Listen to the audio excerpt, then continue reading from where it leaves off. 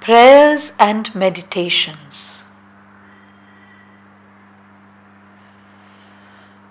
Some give their soul to the divine, some their life, some offer their work, some their money. A few consecrate all of themselves and all they have, soul, life, work, wealth. These are the true children of God. Others give nothing. These, whatever their position, power and riches, are for the divine purpose valueless ciphers. This book is meant for those who aspire for an utter consecration to the divine. This book comprises extracts from a diary written during years of intensive yogic discipline. It may serve as a spiritual guide to three principal categories of seekers: those who have undertaken self-mastery, those who want to find the road leading to the divine, those who aspire to consecrate themselves more and more to the divine work. The Mother. Prayers and Meditations. November 2nd, 1912. Translation by Sri Aurobindo. Although my whole being is in theory consecrated to Thee, O Sublime Master, who art the life, the light, and the love in all things, I still find it hard to carry out this consecration in detail. It has taken me several weeks to learn that the reason for this written meditation, its justification, lies in the very fact of addressing it daily to Thee. In this way, I shall put into material shape each day a little of the conversation I have so often with Thee.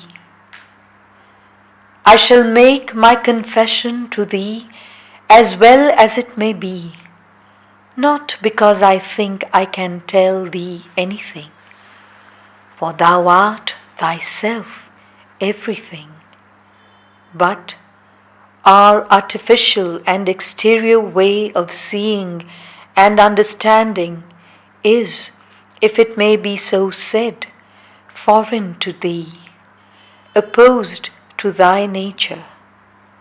Still, by turning towards Thee, by immersing myself in Thy light, at the moment when I consider these things, little by little I shall see them more like what they really are, until the day when, having made myself one in identity with Thee, I shall no more have anything to say to Thee, for then I shall be Thou. This is the goal that I would reach. Towards this victory, all my efforts will tend more and more. I aspire for the day when I can no longer say I, for I shall be thou. How many times a day still I act without my action being consecrated to thee. I at once become aware of it by an indefinable uneasiness, which is translated in the sensibility of my body by a pang in my heart. I then make my action objective to myself, and it seems to me ridiculous, childish, or blameworthy. I deplore it. For a moment I am sad, until I dive into thee, and there, losing myself with a child's confidence, await from thee the inspiration and strength needed to set right the error in me and around me.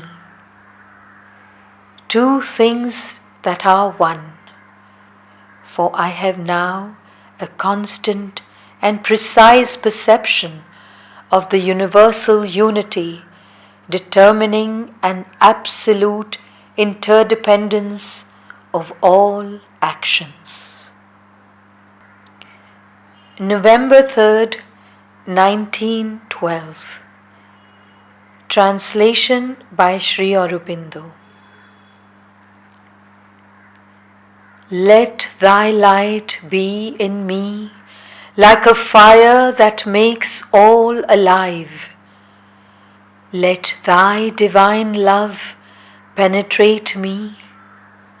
I aspire with all my being for thy reign as sovereign and master of my mind and heart and body.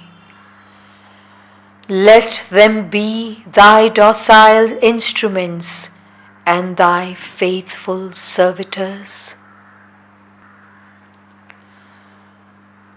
November 19, 1912. Translation by Sri Aurobindo.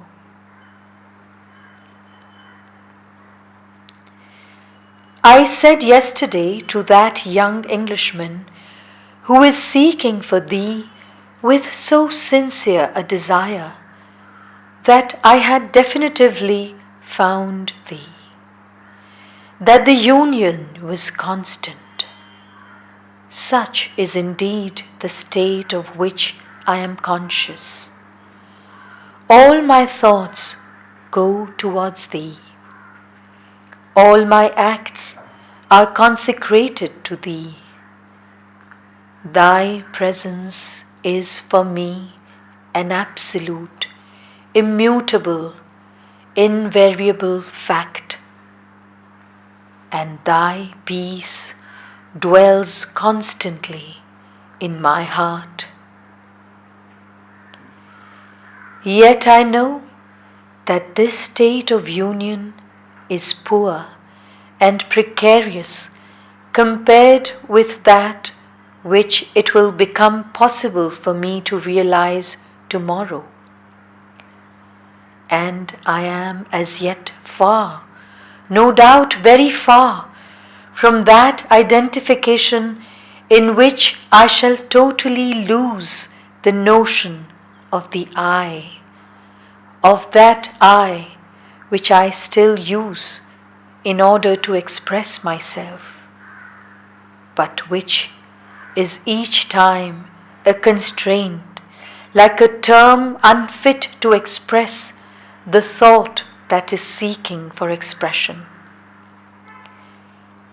It seems to me indispensable for human communication, but all depends on what this I manifests, and how many times already when I pronounce it, it is thou who speakest in me. For I have lost the sense of separativity. but all this is still in embryo and will continue to grow towards perfection. What an appeasing assurance there is in this serene confidence in thy all-might. Thou art all, everywhere and in all, and this body which acts in thy own body, just as is the visible universe in its entirety. It is thou who breathest, thinkest, and lovest in this substance which, being thyself, desires to be thy willing servant. November 26, 1912. Translation by Sri Aurobindo. What a hymn of thanksgiving should I not be raising at each moment unto Thee? Everywhere and in everything around me, Thou revealest Thyself, and in me Thy will and consciousness express themselves always more and more clearly, even to the point of my having almost entirely lost the gross illusion of me and mine. If a few shadows, a few flaws can be seen in the great light which manifests Thee, how shall they bear for long the marvelous brightness of Thy resplendent love? This morning, the consciousness that I had of the way Thou art fashioning this being which was I can be roughly represented by a great diamond cut with regular geometrical facets, a diamond in its cohesion, firmness, pure limpidity, transparency, but a brilliant and radiant flame in its intense, ever-progressive life. But it was something more, something better than all that. For nearly all sensation, inner and outer, was exceeded, and that image only presented itself to my mind as I returned to conscious contact with the outer world. It is Thou that makest the experience fertile, Thou who renderest life progressive, Thou who compellest the darkness to vanish in an instant before the light, Thou who givest to love all its power, Thou who everywhere raisest up matter in this ardent and wonderful aspiration, in this sublime thirst for eternity. Thou everywhere and always, nothing but Thou in the essence and in the manifestation. O shadow and illusion, dissolve. O suffering, fade and disappear. Lord Supreme, art Thou not there?